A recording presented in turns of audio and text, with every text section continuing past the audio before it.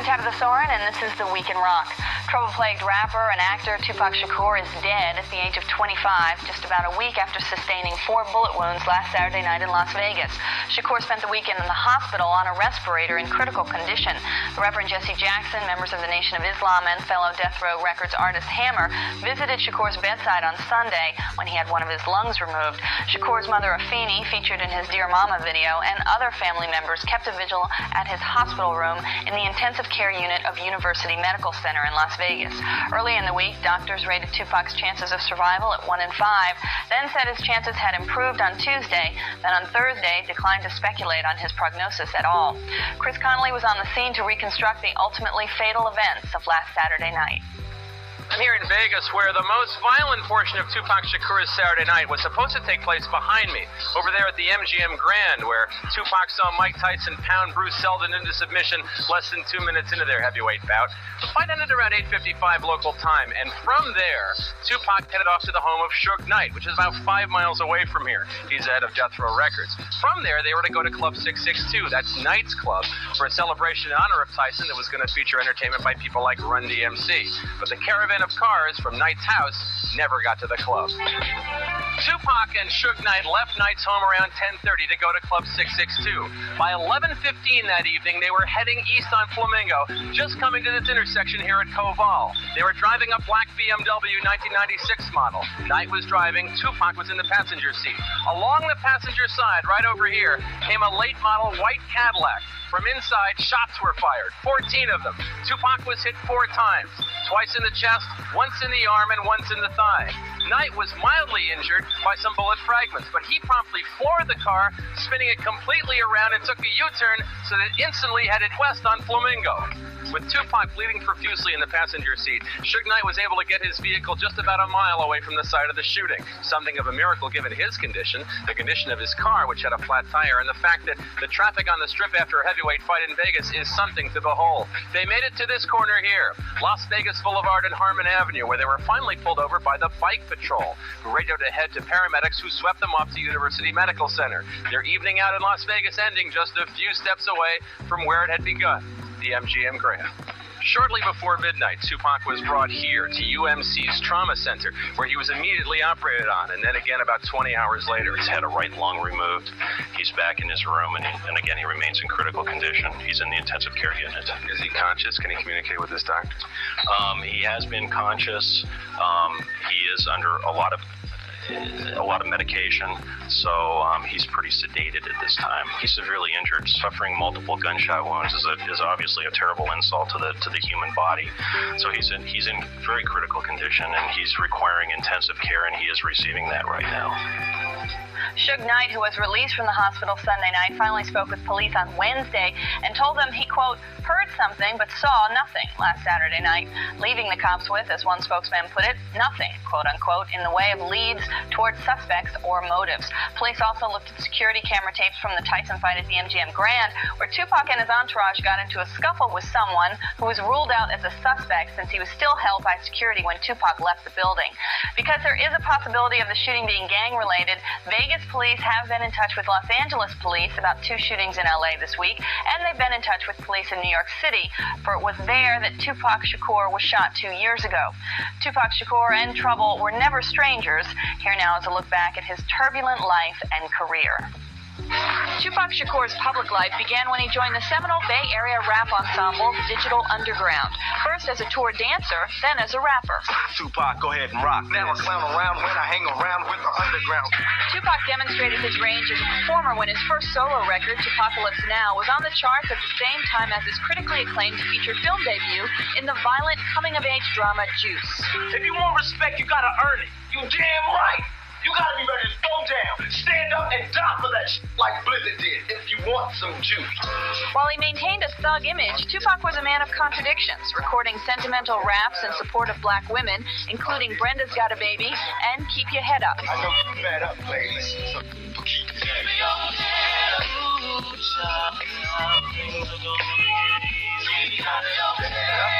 Because I was raised by a woman half my life and then thrown to the streets, it's like I got the woman side, and then I got real rough. manly values, like forestorming. As Tupac's film credits grew with John Singleton's Poetic Justice, he faced the possibility of doing time for assaulting director Alan Hughes, who had dropped him from the cast of Menace to Society. If I have to go to jail, I don't even want to be living. I want to just cease to exist for however long they have me there. And then when I come out, I'll be reborn. You know what I'm saying? I'll be taking less problems. And my mind will be sharper, and the venom will be more potent. You know what I'm saying? So they shouldn't send me there. They should really try to, it's like you don't throw more gasoline on the fire to put it out. What followed was a cross-country tour of courtrooms and jailhouses, 10 days in a Michigan prison for assaulting a fellow rapper with a baseball bat, an arrest for allegedly shooting 2 off-duty Atlanta police officers, in which charges were eventually dropped, and sexual abuse, sodomy, and weapons charges in New York City. The day before he was convicted of sex abuse in New York, Tupac was shot 5 times in the lobby of a Times Square recording studio. The crime was officially classified as a robbery, and the police dropped their investigation when Tupac failed to cooperate. That situation with me is like what comes around goes around.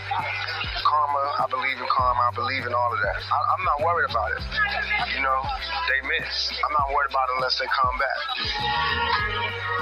While serving his sentence for sexual abuse, Tupac's third solo release, Me Against the World, spent 4 weeks at #1. It was a trip. Every time they used to say something bad to me, I go, it's all right, I got the #1 record in the country. After 8 months, Tupac's case was appealed, and death row head Suge Knight promptly bailed Tupac out of jail and took the opportunity to sign him to Death Row Records. If you come to death row, you will see your art point to a bigger plateau, and you will be paid one of these days, death row. Tupac turned his troubles into a career that was bigger than ever. His double album Death Row debut, All Eyes on Me, sold more than 5 million copies, scored a #1 single, and included tracks with new label mates Snoop Dogg and Dr. Dre. Out on bail, fresh out of jail, California dreaming. Soon as I step on the scene, I'm hearing them screaming. With 3 years past since Snoop's last solo release and the departure of Death Row co-founder Dr. Dre to start his own label, Tupac became Death Row's artistic centerpiece, as well as its biggest mouthpiece. Death Row and Tupac shared a common enemy, the New York-based Bad Boy Entertainment. Tupac had earlier implicated Bad Boy producer Sean Puffy Combs and star artist the Notorious B.I.G. in his 1994 shooting. Bad Boy Records. That's what Bad Boy Records. I love y'all. But despite his taunts, Tupac realized danger could be around the corner. Back in New York City for this year's Video Music Awards, just 3 nights before he was shot in Las Vegas, Tupac surrounded himself with bodyguards and clutched a walkie-talkie throughout the evening as a security precaution. We are businessmen. We're not animals. It's not like we're going to see them and rush them and jump on them. If they see us and they want drama, we're going to definitely bring it like only Death Row could bring it. We also spoke this week with Ernest Dickerson, who directed Tupac in his big screen debut, Juice, and asked him what about Tupac might surprise people. Here's what Dickerson told us. I think that he's very introspective. I mean, when we were shooting Juice, in between takes, he spent a lot of time by himself writing. He thinks a lot. He thinks about what's going on in the world. He thinks about what's going on in the neighborhoods. He thinks what's going on in this country and around the world. And he talks about it in his music. And the thing that I always got from Tupac was that he was always thinking, always at work. His mind was always going.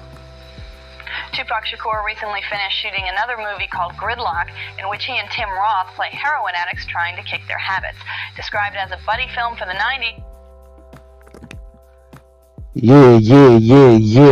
I'd like to welcome everybody to my podcast. I am your gracious host, Jupiter 9, and I hope my volume is okay this podcast episode because I had it up a little bit too loud and it was giving me feedback and distortion, man. So I apologize for the last episode being messed up, but I'm your gracious host, Jupiter 9, and we're going to talk about, in this episode, I am Tupac and Biggie'd out, man.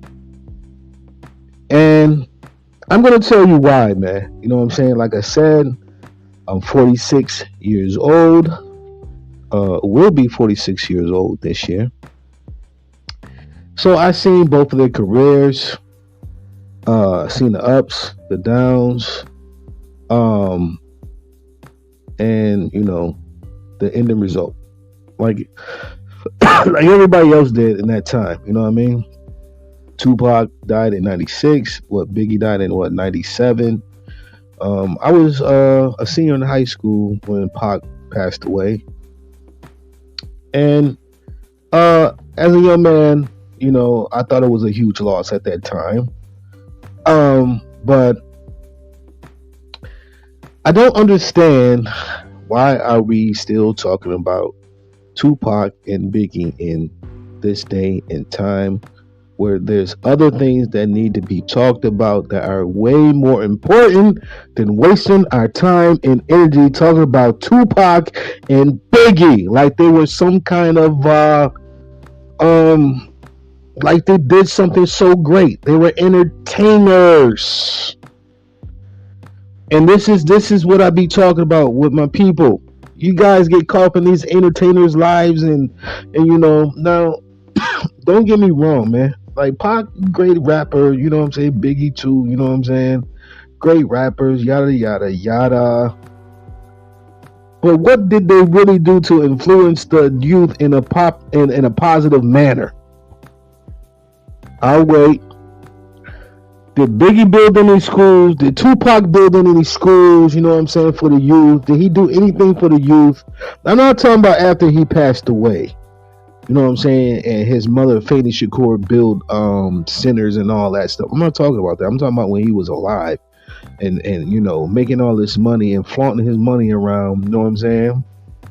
Buying all this jewelry and cars and all that. Biggie too, you know what I'm saying? Flaunting money, saying how much money he had. What did he do to impact the youth in a positive manner? Biggie, all he rapped about was guns, drugs, and violence. And both of his the two CDs he put out. Pac started out on some positive tip on revolutionary tip, but once the money started coming in, he started changing. You know what I'm saying? To some negative stuff. So, and the end result of his life is something. Do a leader, you know what I'm saying, go out like that, where you get taken out by a gang member? And you can, people want to say the conspiracy theory stuff and that too. We got to stop getting caught up in all that conspiracy theory stuff. You know what I'm saying? It could be possible, couldn't be possible. You know what I mean? At the end of the day, we're still talking about Tupac and Biggie like they really did something great. You know what I'm saying? Now, there's entertainers who actually give back. LeBron James. But what do we do to LeBron James? We dog LeBron James out, talk crazy about him. Oh, he's a terrible basketball player. Oh, LeBron James is this and that. LeBron James is constantly doing stuff for people. Not only for people, but people in his community. He puts kids through college. And we don't put, you know what I'm saying, LeBron James on a pedestal or anything like that. And you can say LeBron makes more money, yada, yada, yada, whatever. But at least he's doing it. That's what I'm saying. I'm Tupac and Biggie'd out. Like, these people who get on these interviews, be talking about Tupac, these people are just doing that. They get paid. You think these people are getting on these interviews for free? Talking about Tupac and Biggie all day? They're getting paid to get on these interviews and talk whatever they know about Pac or Big. You know what I'm saying? People not sick and tired of talking about Tupac and Big. I know, I'm tired of seeing it. You know what I'm saying? I go on YouTube, it's all on my feed. Like, why is it on my feed? Like, you know what I'm saying? Like, when I'm searching for something totally different, why is Tupac always popping up on my feed, man? This is all a ploy to make money off the dead. This is all it is. You know what I'm saying? People making money off the dead. Like I said, these people go to these interviews, they're making money off of him, you know what I'm saying? Everybody's making money off this guy. You know what I mean? Biggie too as well. It's nothing but a money ploy. You know what I'm saying? And the record companies know what they're doing. You know what I mean? They put these people on a pedestal, you know what I'm saying? It's like a martyr like type thing, you know. They take them out and then, they put these people on a pedestal in front of people all day long, you know what I mean? To make them greater than what they really were. You know what I'm saying? Not saying that, Pac didn't want to try to change stuff. Not saying that, but Pac has some negatives too. Like, people always want to talk about the positives Pac did, the very few positives that he did, you know what I mean? But he had a lot of negatives too. And this is my personal opinion. You know what I'm saying? I had a right to my opinion. I know people gonna talk crazy and you can say whatever you want, man. This is my podcast, my platform. This is my channel. Like, you know what I mean? I can say what I want on my channel, man. It seems like when you say anything negative about Pac and people, blow a gasket, like, you know what I'm saying? There's rappers way better than Pac. There's rappers way better than Big. Like, you know what I mean? Know what I'm saying? We just act like they're untouchable when it comes to that too. Like, come on, man. Like, you say anything wrong about Pac, it's like, oh, yo, you're just a hater. It's just like, man, I seen Pac from the beginning to the end. I remember when he first started. I remember when it ended, man. I was there. Like, a lot of people online weren't even born when Pac was doing this thing. A lot of people online weren't even born when Biggie was around. You know what I'm saying? I remember when Big first started, man. I remember when his CD hit, man, like in New York, upstate New York too. Like every car was playing it, like, you know what I mean? It was like a big thing in New York, like when Biggie hit with his Ready to Die joint. It was like a big thing all over New York State. So, man, kill me with that, man. Like, you know what I'm saying? I mean, Biggie nice with the rap, but come on, man. We act like Big and Pac is just like untouchable. Like, come on, man. Come on, man. And we still got MCs that still alive right now today. Rakim. Like, come on, man. Come on, man. Get off the Tupac and Biggie tip, man. Yo, for real. Like, come on, man. I'm sick and tired of hearing about Tupac. What did Tupac do, man? What happened to Tupac tonight? He wore his bulletproof vest in. You know what I'm saying? I did do an episode on that, you know what I mean? Because I thought it was interesting, the whole, about Pac possibly being alive and that. But it's like overload, man. It's 2023, man. We still talking. We getting ready to go into 2024. Like, 2023 is halfway over with, and we're still talking about Tupac and Biggie. Like, they didn't discover a new land. They didn't, you know what I mean? They didn't invent anything. The people who invented stuff, they don't even talk about now. You know what I'm saying? Like, they didn't discover new land. Like I said, they didn't even have a clothing line at the end of the day. And we still talking about these two like they're like the greatest thing ever. Like, you know what I'm saying? Like, yo, I bought all Pac's albums, you know what I'm saying? Some were good, some were trash. Let's just keep it all the way funky. Some of them were good and some of them were trash. All Pac albums, he even told you yourself some of his albums were trash. Because he was drunk and high when he did his first couple of albums. They weren't all good. Maybe a couple joints off of, some of the albums. But half his albums were trash, man. Let's just keep it all the way funky. Let's keep it all the way real. You know what I'm saying? And I'm a Tupac fan. So don't even try to throw that I'm hating all that. I'm a fan of his music, but the way people just put these people on a pedestal is just like, man, what? Why are we still talking about these two? Why? And Biggie, why are we still talking about Biggie? Like, seriously, man. You know what I'm saying? If you've been listening to a lot of Biggie's like music, you know what I mean, he said a lot of foul stuff, man. A lot of suspect stuff. And when you're young, you don't pick up like certain things in music until you get older. And you go back and you listen to some Biggie's music at the age I'm at today and having awareness and understanding and, having a higher consciousness. A lot of that stuff was suspect that Biggie was rapping about in his music. You know what I mean? A lot of that stuff was suspect.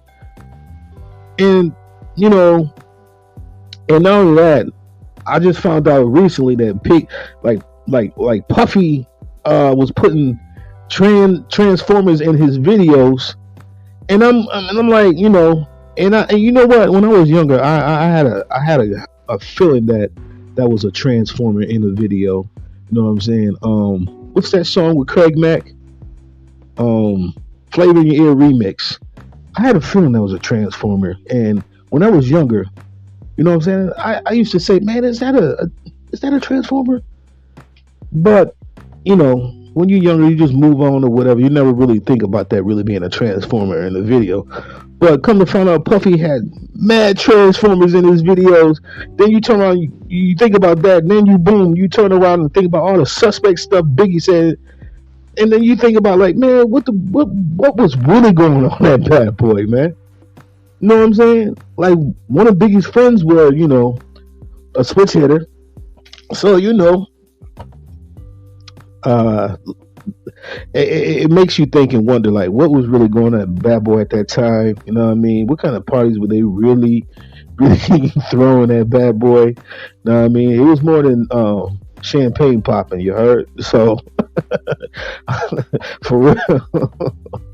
Because, we all know how Diddy rolls, you know what I'm saying? We all know how he rolls, and, but, what you do is what you do, man. Like, you know what I'm saying? I'm not going to even get into all that. But I want to keep it on the subject of, why are we still talking about Tupac and Biggie? Why? I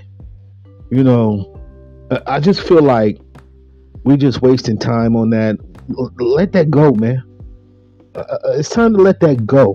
Like, seriously, it's time to let Tupac and Biggie go. If they're alive, okay, let them be alive wherever they at, Cuba or whatever, you know what I'm saying? Let them just do them. Like, you know what I mean? If they're no longer here on this earth, you know what I'm saying? Let them be, yo. Stop. I'm sick of the interviews. I'm just tired of it, man. Like, you know what I'm saying? Like, every interview. There's like a gazillion interviews about Tupac and Biggie. And all these people are doing it. They're just doing it for clicks. They're doing it to make money off these two people. You know what I'm saying? It's all a money ploy, man. It's all a money ploy. I'm sure you didn't heard every Tupac story. Know what I mean? I'm sure you heard every Biggie story. Known a man or woman. You know what I'm saying? There's nothing new under the sun. There's no more you can discover about these two because they're no longer here. It's not like you're going to go listen to an interview, you know what I'm saying, and find something new about them two. There's nothing more to talk about. There's nothing more to cover. Everybody know the story and what happened to Pac and the situation with the girl. You know what I mean? Everybody heard that story a gazillion times. And with Biggie, you know what I'm saying? The car accident, him, you know what I mean? Getting married to Faith and cheating. Well, we all heard the stories.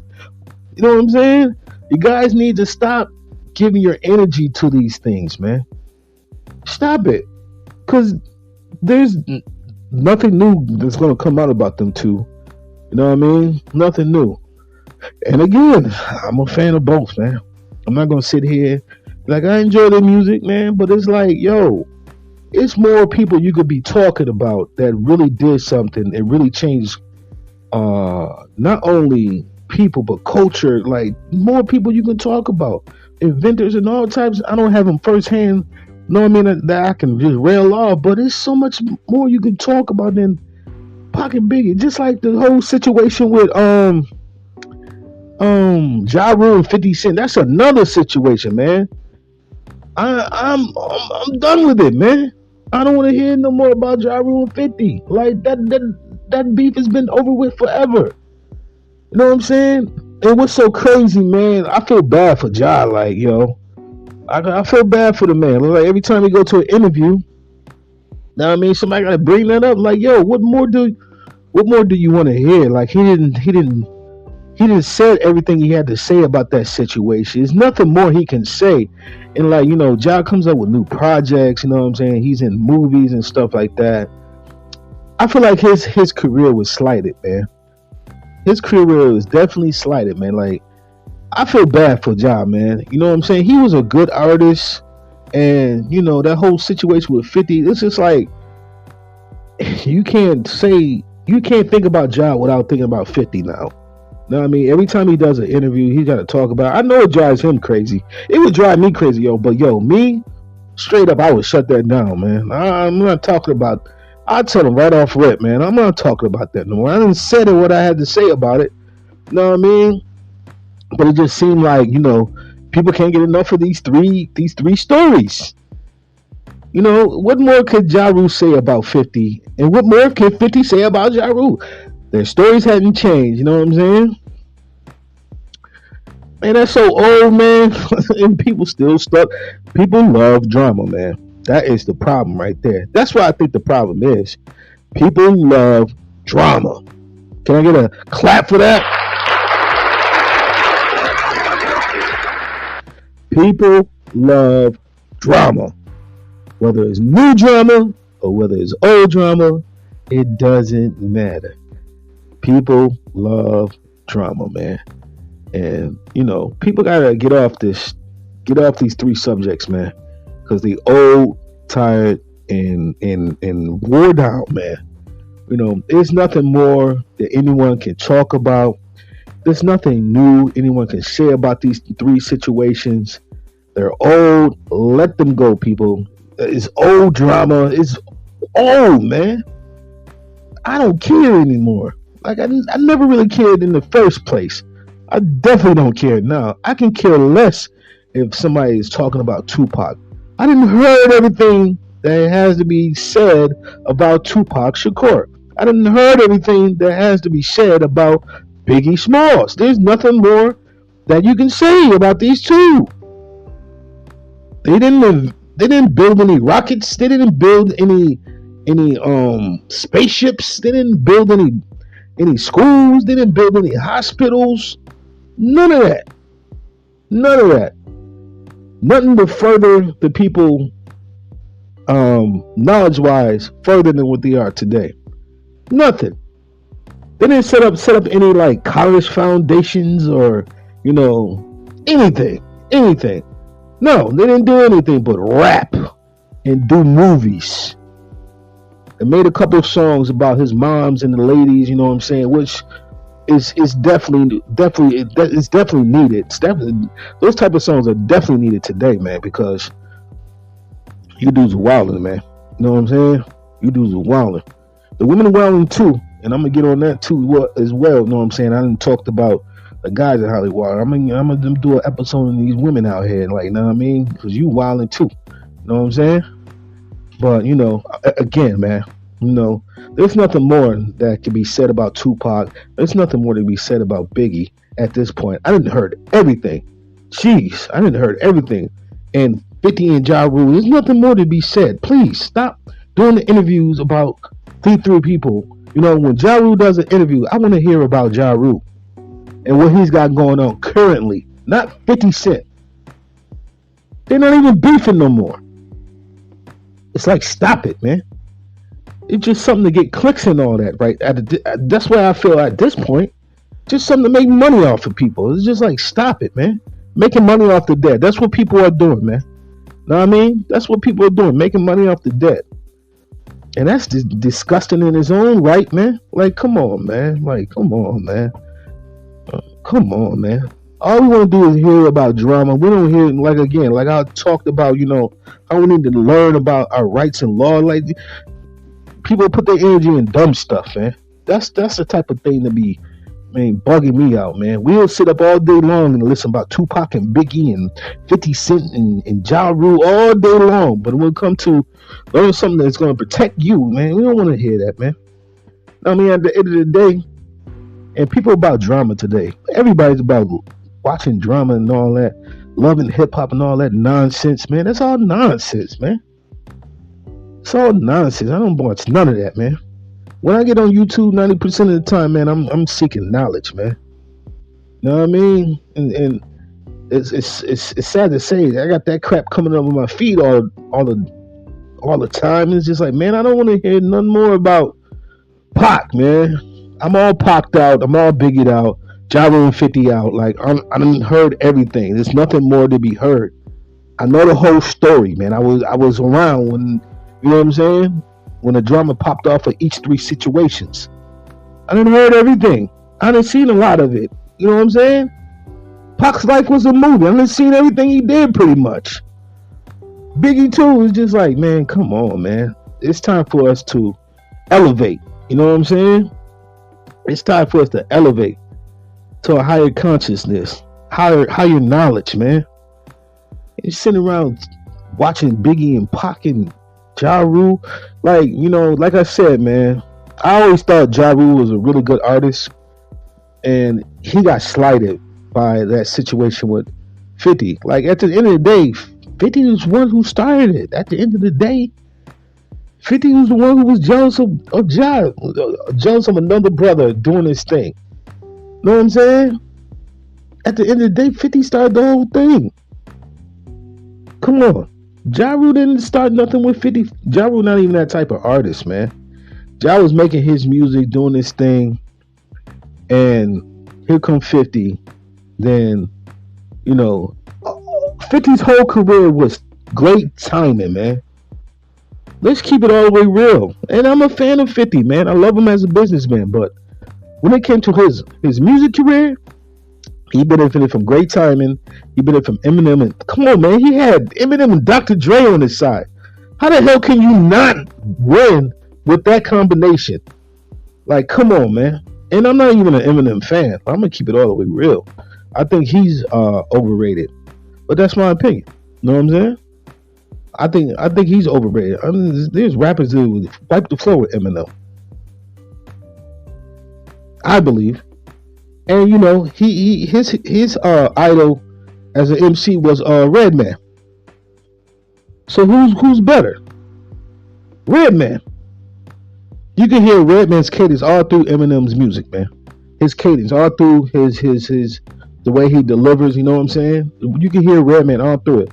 And I've been listening to Redman since he came out. You know what I mean? Since what? Redman came out in 1992. I've been listening to Redman since, you know what I'm saying, he first came out. So I know Redman when I hear it. Jersey all day. I know Redman when I hear it. And why don't people put Redman as one of the greats, man? And I even apologize. I don't even think I put Redman in my top, man. I forgot all about. There's so many greats to me. There's so many greats that sometimes I forget, man. I don't even think I put. I'm sure I put Redman in that, man. I hope I did, because Redman is one of the greats, man. You know what I mean? You don't hear too many people trying to battle Redman. No. Redman got that. Yeah, you might think he got that like funny type of delivery. Redman can spit, man. He can still spit. Him, Method Man, man. It seems like the older they get, the better they get. You know what I mean? And Ludacris stole a lot of his style from Redman. Facts. Ludacris, you know, that whole, you know, the imagery with the jokes and all that. That's Redman. Redman was the first one doing that. Redman. So, you know, but, you know, like I said, guys, it's time to let Tupac, Biggie rest in the whole situation with, you know, Ja Rule and 50. Like, there's no more you can take from that. You didn't heard every story. Nothing's going to change. All you get now is people doing interviews and lying. You know what I'm saying? Just to get a few dollars. And like, you know what I mean? Like, there's no more to talk about. Word up. There's no more to talk about. I'm done. I'm tired. I don't want to hear no more. You know what I'm saying? Again, they made some okay music. They made some good music. But, yo, that's where it ends. You know what I'm saying? They didn't do nothing astronomically great. There were some entertainers. And, again, we got to start putting entertainers on this great pedestal. Like they're some kind of, like, king or queen. Like, you know what I mean? They're entertainers at the end of the day. You know, they're people, too, just like everybody else. You know what I mean? We be putting these people on pedestal like, oh, Jay-Z, Beyonce, oh. Like, you know what I mean? These people, too, man. They take dumps and craps and all that, just like everybody else, man. They put their pants on one leg at a time, just like everybody else, man. So kill that noise with Tupac and Big, man. Kill all that junk, man. I don't want to hear it no more. I'm done. I'm tired, man. And that's all I have to say in this podcast episode, man. But thank you, everybody, for tuning in. You know what I'm saying? I appreciate everybody tuning in. You know what I'm saying? Yo, please subscribe. to the channel. Leave your comments. If I have time, I will reply to your comments. But that's my take, man. I am your gracious host, Jupiter 9, and I just want to say peace and love to everybody. Take care. One.